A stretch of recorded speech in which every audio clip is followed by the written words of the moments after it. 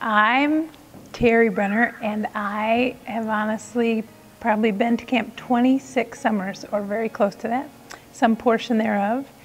Not all consecutive, but only a short break within those 26 summers, and I'm pretty fond of key lime pie ice cream.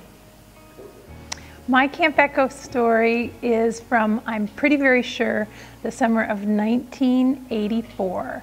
And I can't know because I was just a peon, like first year SC, I think. But perhaps times were tight at the Evanston YMCA. Wasn't even the McGaw Y back then.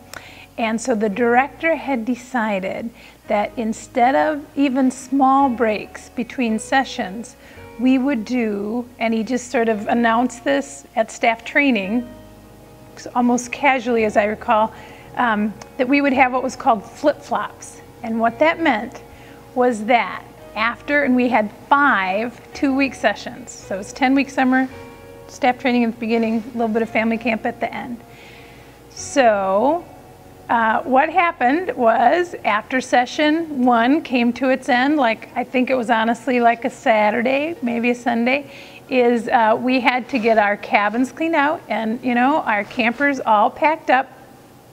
They had to bring their stuff kind of where it's supposed to be now, kind of what was down the driveway, but we didn't have a loop exactly. And then you divided the staff pretty much in half. And one staff was with their cabin of kids, and the other staff went down onto the main peninsula.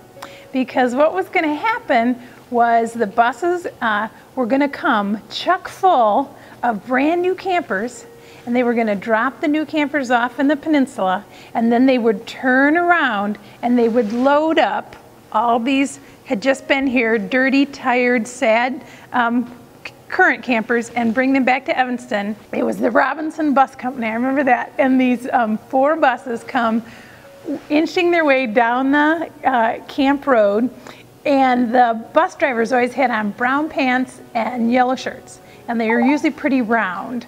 And so they come out and they they're all parked on the peninsula. It's a really bright sunny day, and the buses are empty. There's no kids on them. Somehow there had been some horrible lapse in communication, and they had missed, so there's like no cell phones, obviously, that ancient of a time.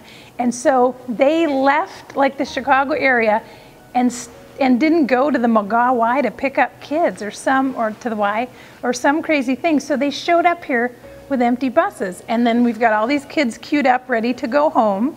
We stick them on the bus, wave goodbye. We're so happy because now camp is empty and there's all these phone calls flying back and forth like, where are the kids? How come the kids aren't up here? What's going on?